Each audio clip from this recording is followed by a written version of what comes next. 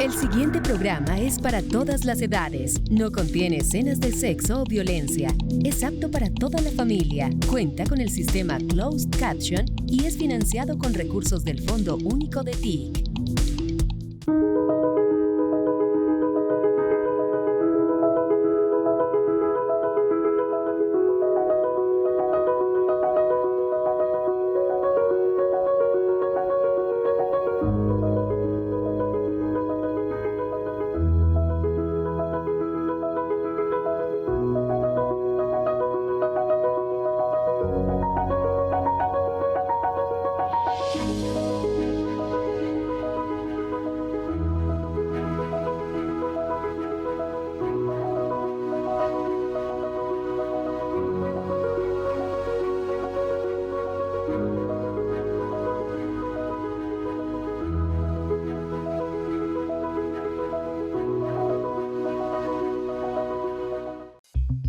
Hoy vamos a conversar con Amelia Pérez Parra, presidenta de la Sociedad de Activos Especiales SAE, la entidad que administra, entre otros asuntos, los bienes que se le quitan a la mafia, al narcotráfico y a la corrupción. Amelia sabe en carne propia lo que es ser una víctima del conflicto, pues tuvo que exiliarse después de ser amenazada de muerte por investigar como fiscal el paramilitarismo, por ejemplo, la masacre del Aro en Antioquia. Su esposo sobrevivió al asesinato de sus compañeros del CTI por allanar el parqueadero Padilla, donde encontraron la contabilidad de los paras que infiltraron hasta la fiscalía. Ahora su propósito es entregarle los bienes que se le quitaron a sus victimarios a las víctimas de la violencia en Colombia. ¡Somos el impulso del cambio! ¡Bravo!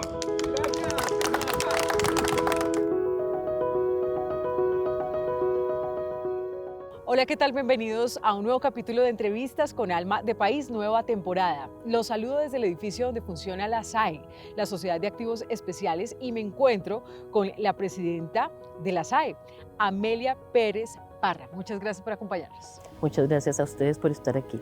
Bueno, les vamos a ir contando toda la historia que hay detrás de la Sociedad de Activos Especiales, presidenta, pero yo quiero iniciar con una contextualización, porque su cara seguramente a muchos colombianos les es conocida porque usted viene de participar en esa terna postulada por el presidente Petro para ser fiscal, pero además usted tiene una historia muy importante como fiscal en el departamento de Antioquia.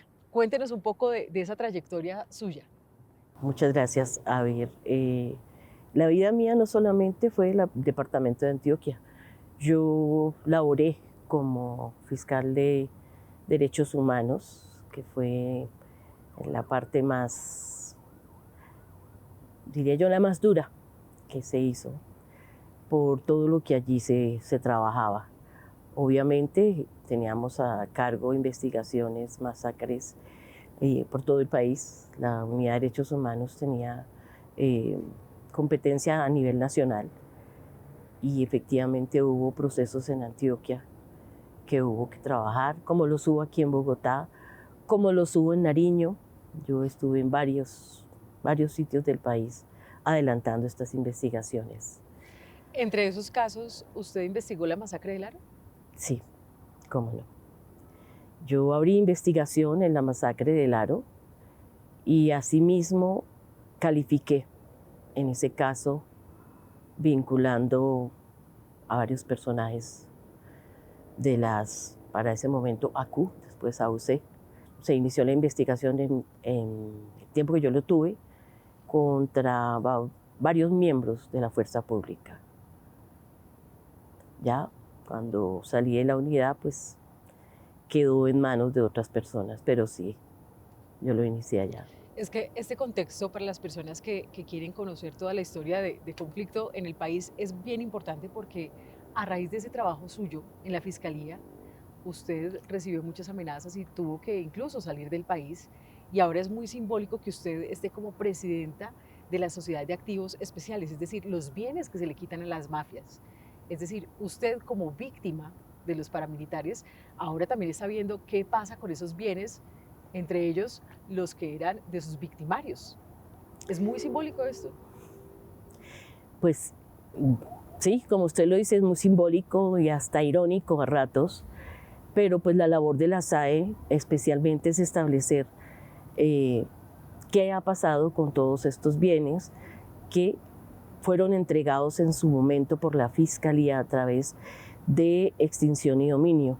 Y nosotros efectivamente estamos ubicando todos estos bienes que, como yo se lo dije al presidente en su momento y lo he sostenido en todas las intervenciones que yo he hecho, estos bienes que se les han decomisado a ellos deben de pasar a las víctimas, a quienes en su momento tuvieron que vivir estas masacres, estos homicidios selectivos, estas desapariciones forzadas, que no hay derecho a que se repitan estos hechos. Y hasta donde sea posible y durante el tiempo que yo esté en la SAE, vamos a hacer todo lo posible, porque estos bienes, así sea a través de las instituciones del Estado, pasen para las víctimas del conflicto armado. Ese énfasis marca una diferencia, pero ¿por qué antes no se daba esa prioridad a que estos bienes regresaran a las víctimas?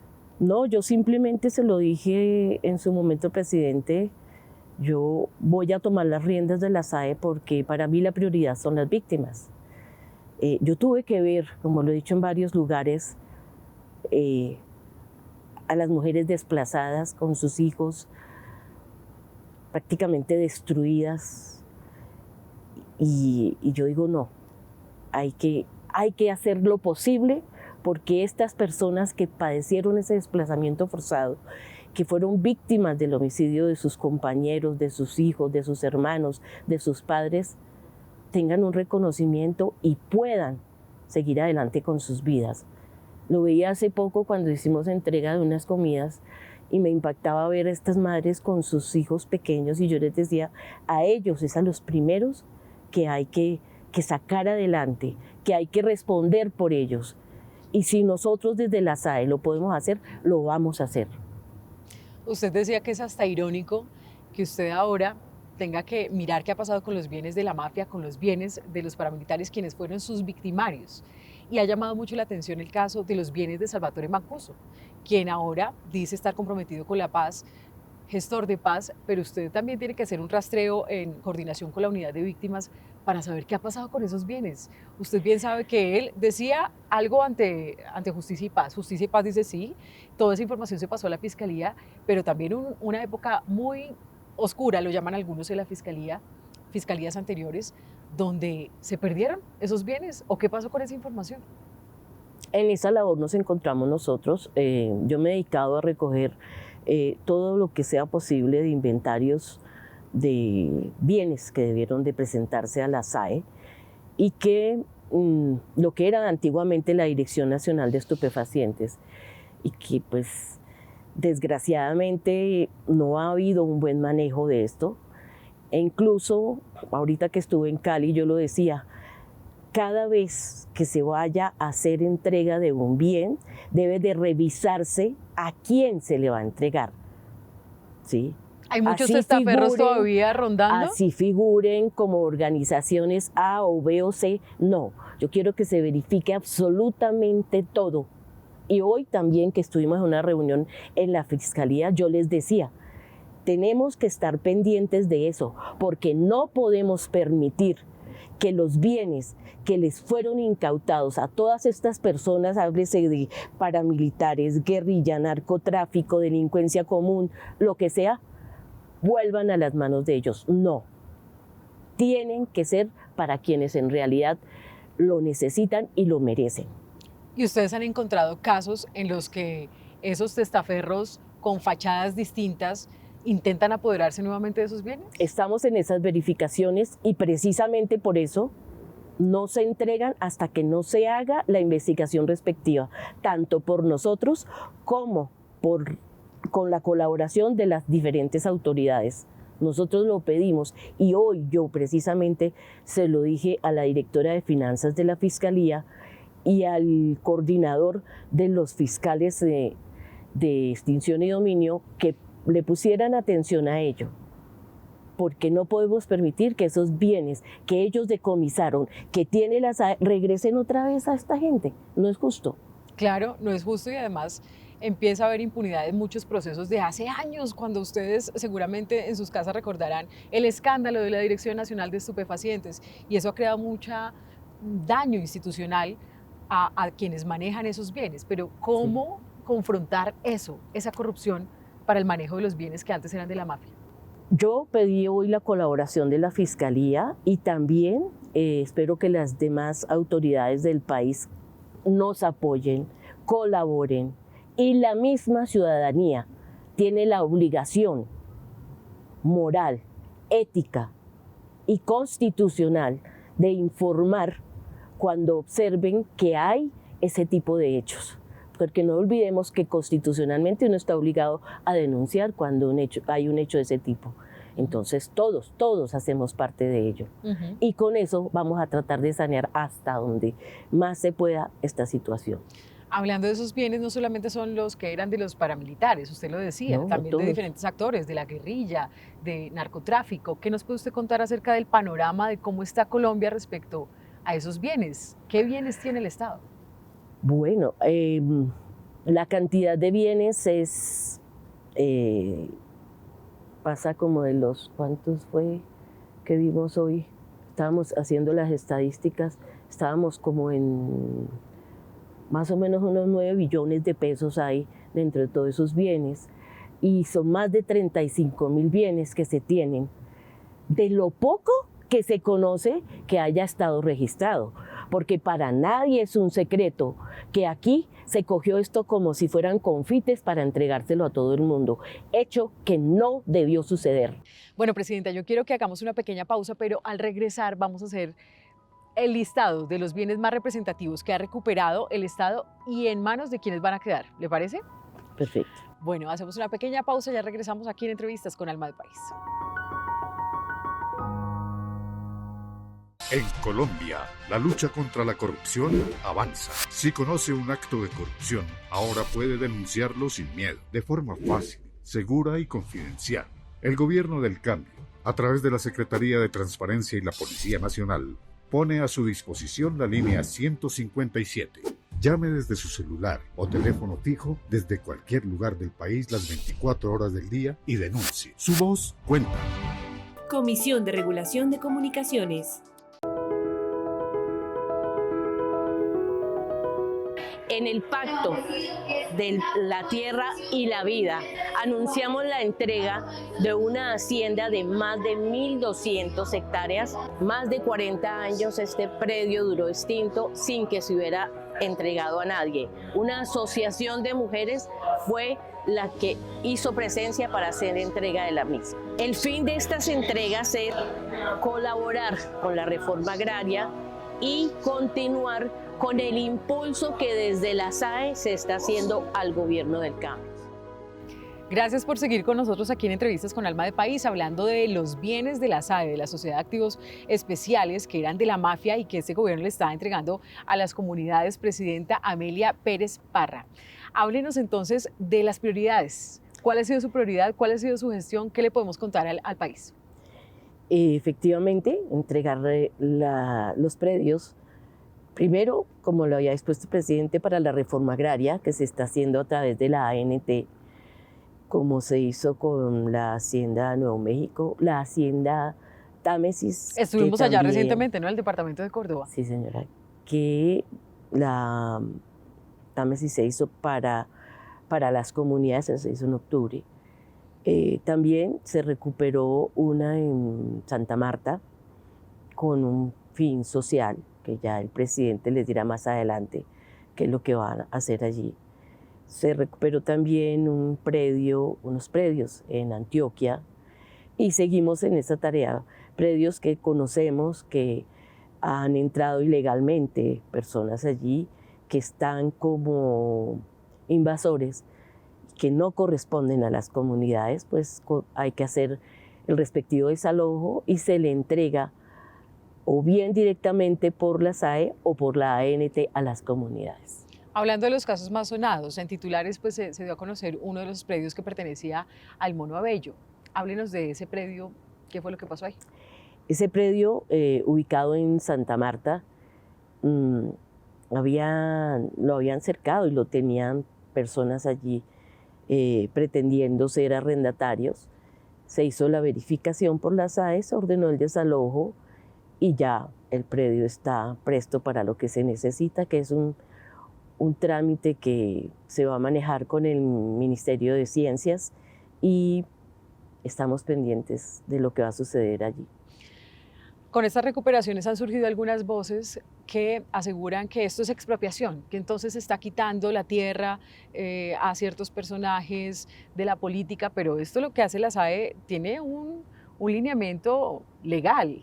Claro. Aclárele, por favor, a la ciudadanía, a quienes piensan que es que se está expropiando la tierra, los predios, para entregárselo a las víctimas. Aquí no se le está expropiando a nadie, aquí se está legalizando los bienes ilegales que dejaron las diferentes organizaciones criminales, como en el narcotráfico, como los paramilitares, como la guerrilla, como los personajes que estaban implicados también en lavado de activos y demás.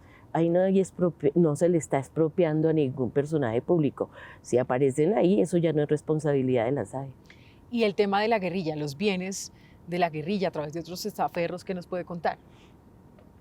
Se están haciendo todos los trámites necesarios y las verificaciones por parte de la SAE, de la misma Fiscalía y en este caso pues la JEP, que es la que está manejando el tema de las FARC. Tendrán en su momento que entregar toda la documentación e información a la SAE para poder legalizar esos bienes. O sea, no va a haber impunidad tampoco respecto a eso. Nosotros lo que estamos haciendo es legalizar unos bienes ilegales y se le están entregando a la comunidad. Aquí no se están repartiendo dulces, aquí se está entregando para quienes han sido víctimas del conflicto armado. Hablando de esos bienes también, fruto de la corrupción, hay un caso emblemático y es el caso de Odebrecht, por el que fue condenado el ex senador Musa Besaile. Él tenía una finca en el departamento de Córdoba y ese predio, por orden además de un juez, ahora entonces ya pasó a manos de la SAE y la SAE lo acaba de entregar hace poco a las víctimas. Efectivamente el predio Nuevo México, que se hizo entrega precisamente a víctimas. Entonces, perdón, pero ahí no se puede hablar de que se esté expropiando a nadie. Entonces los expropiadores serán los señores jueces, no lo creo. Mire que hay otros casos también emblemáticos, producto del narcotráfico de los carteles. Cartel de Cali, cartel de Medellín, los bienes que eran de Pablo Escobar, los bienes que eran de Pacho Herrera, de los Rodríguez Orejuela. Nosotros estuvimos ahorita el fin de semana, entre jueves y viernes estuvimos precisamente en Cali trabajando esos temas. Allí se le entregó un inmueble a la Policía Nacional para el trabajo de la SIJIN y asimismo a la Alcaldía de Buga un predio, una casa que va a ser utilizada para las madres cabeza de familia que tienen bebés de 0 a 1 año. Allí pueden ellas dejar sus hijos mientras van a trabajar, van a estudiar, a capacitarse. Entonces, ese es el fin, por lo menos, en la administración que yo estoy ahorita adelantando de la SAE, entregárselo a las comunidades a través de las entidades del Estado. Mientras terminamos de hacer la verificación de las organizaciones que se han presentado a pedir bienes para la SAE, de la SAE, perdón. Claro, pero de esas dificultades de lo que se encontraba en la Dirección Nacional de Estupefacientes, ¿se puede decir que está ya saneado o hay estructuras tan fuertes de corrupción que todavía es difícil y están escarbando y están mirando qué ha pasado con eso? Se están haciendo las verificaciones necesariamente, porque hay que tener en cuenta una cosa, y es que cuando el gobierno del presidente Petro llegó a la SAE, no había un inventario, había unas hojas de Excel. Entonces, ha tocado empezar a hacer una reconstrucción de todo ello. Perdóneme, eso que usted me dice es delicado. ¿Quiere decir que no hay un informe serio de cuántos bienes tenía la SAE? Pues había unos informes, por eso lo estoy diciendo, en unas hojas de Excel que eso no demuestra nada. ¿Qué estamos haciendo nosotros? Recuperando la información de todas las entidades del Estado. En territorio, verificando. En todas partes. Porque no solamente se hace desde aquí, sino que se ha empezado a establecer con Fiscalía, extinción de dominio a nivel de tribunales, de jueces, absolutamente todo. Por eso les decía yo ahorita, tenemos y necesitamos la colaboración de todas las entidades del Estado y de la ciudadanía para la recuperación de esos bienes y poder asignárselos a quienes en realidad deben tenerlos. Presidenta de la SAE, Amelia Pérez Parra, cuando usted estaba en los momentos más difíciles como fiscal, esos momentos en los que usted sufrió persecución, amenazas, su familia, usted tuvo que exiliarse por todas estas amenazas después de lo que usted estaba investigando, ¿se imaginó en algún momento que usted iba a estar ahora verificando cuáles eran los bienes que se le podían entregar a las víctimas? Yo creo que nosotros nos tomamos mucho tiempo para decidir irnos del país. Mucha gente por fuera me llamaba y me decía, ¿usted qué está esperando? Mire que... Pero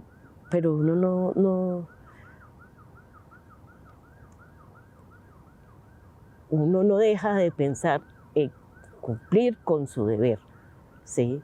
Porque pues lo que uno quería hacer era eso, ¿sí? Y pues ya llega un momento, y sobre todo cuando tiene que mirar uno a sus hijos y decidir si los va a dejar huérfanos o va a estar con ellos, obviamente priman los hijos. Claro, y en este momento es también como una oportunidad de la vida para usted ayudar a tantas víctimas del conflicto, que usted vio de primera mano cómo sufrieron la violencia en el país. Sí, por eso lo acepté. Si no, no lo había aceptado. ¿Y usted en qué momento regresa al país? Yo estuve 9 años en el exilio y mi compañero se vino primero. Venimos como de paseo. Mis hijos viendo mi cara. Como tanteando todo a ver cómo estaba aquí. No, él decidió que no se quedaba más tiempo allá y se vino. Vinimos con mis hijos y ya mis hijos me dijeron, no mamá, usted tiene que quedarse, quédese. Y yo siempre lo he dicho, yo tengo mi corazón partido, porque en estos momentos tengo a mi hijo mayor aquí, pero mi hijo menor está en Canadá, tengo mis sobrinos y más familia, mi hermana, cuñado, mis sobrinos en Canadá. Entonces, el exilio no se acaba, el exilio siempre sigue, porque en el momentico que yo pueda, yo arranco para allá. ¿Y usted cuando regresa al país fue por toda esta postulación en la terna a ser fiscal o ya desde antes? No, yo regresé antes. Yo regresé en el 2012. Estuve trabajando, ¿cómo es la vida? Estuve trabajando en la alcaldía del hoy presidente Petro. Me dieron la oportunidad de trabajar en el centro de estudios, el CEAX. Volví a recuperar el tema de investigación social sobre todo. Y ya la cuestión de la terna ya fue diferente. Sí, ya fue más reciente. Ya estaba yo aquí y allá. Claro.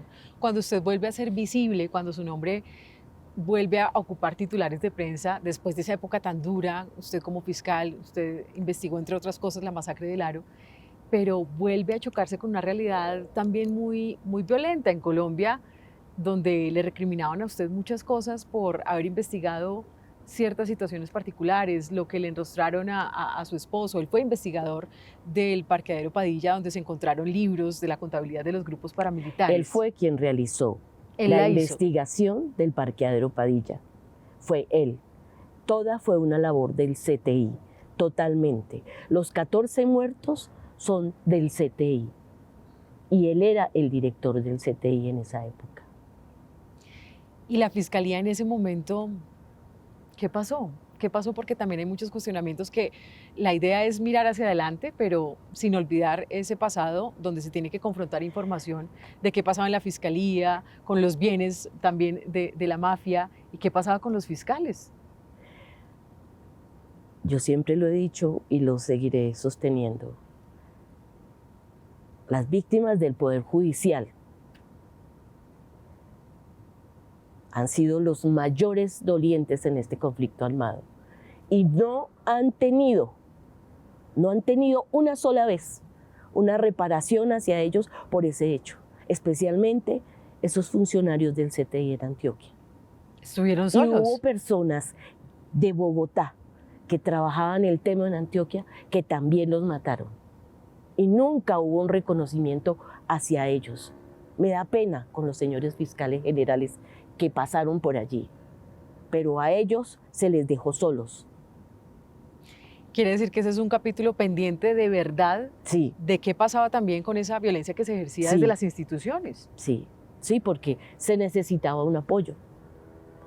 Es terrible que personas que sobrevivieron a esto, que hoy todavía están en el exilio, que presentaron sus demandas, no encontraron un eco en las demás entidades del Estado.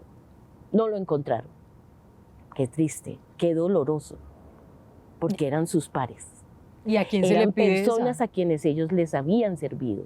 ¿Y a quién se le pide que escudriñe esa verdad? ¿Cómo encontrar esa verdad después de tantos años? No, las pruebas están ahí. Las pruebas están ahí. La Comisión de la Verdad dejó mucha información. Y la JEP en estos momentos tiene una situación muy importante en eso. Ojalá la JEP responda lo que no han hecho el resto de entidades. Y respecto a esas recriminaciones o el poder también de las redes sociales con todo esto que sucedió con su postulación para ser ternada como fiscal, usted también vivió un momento duro Sí, claro. por todo ese pasado que salía de nuevo a flote. ¿Qué le dice a las personas que fueron muy, muy duras y muy crueles en esos cuestionamientos en redes sociales? A ver, primero le voy a dejar algo claro y es que yo no tengo redes sociales ni nunca me ha interesado tener redes sociales. No tiene ni Twitter ni Lo Facebook, único que manejo nada. es el WhatsApp para comunicarme con los que están en Canadá, con mis hijos y mis amigos que están aún allí. No manejo redes, pero obviamente que sí supe el maltrato que se hizo. Y yo les digo una cosa a los medios de comunicación, no se les olvide que entre cielo y tierra no hay nada oculto, ¿sí? Especialmente esos medios que me agredieron de la peor manera, porque no se puede jugar con la dignidad y con la decencia de una persona por el solo hecho de que no se le quiere en cierto cargo. Hay que respetar. Por ejemplo, lo que pasó ahorita con la escombrera, me parece terrible, por Dios, porque es una falta de respeto con las víctimas. Pues presidenta de la SAE, de la Sociedad de Activos Especiales, Amelia Pérez Parra. Muchas gracias por habernos acompañado y sobre todo también entender que la historia es dinámica y en ese momento la vida a usted le da una oportunidad que es difícil de que se pueda dar, pero después de usted haber sido víctima, ahora desde un cargo en el gobierno puede devolverle también los derechos a las víctimas, los predios que fueron de sus victimarios. Muchas gracias por haber estado con nosotros. Muchas gracias a ustedes. Y una reflexión final sobre eso, de poder entender el conflicto en toda su dimensión y que todavía falta mucho por reparar, ¿no? Claro, todavía falta. Y son muchas las víctimas que están pendientes de que, hombre, se les pueda hacer justicia. Yo siempre lo he dicho, si aquí no hay justicia, no va a haber paz. A ustedes también gracias por acompañarnos. Nos encontramos en un nuevo capítulo de Entrevistas con Alma de País.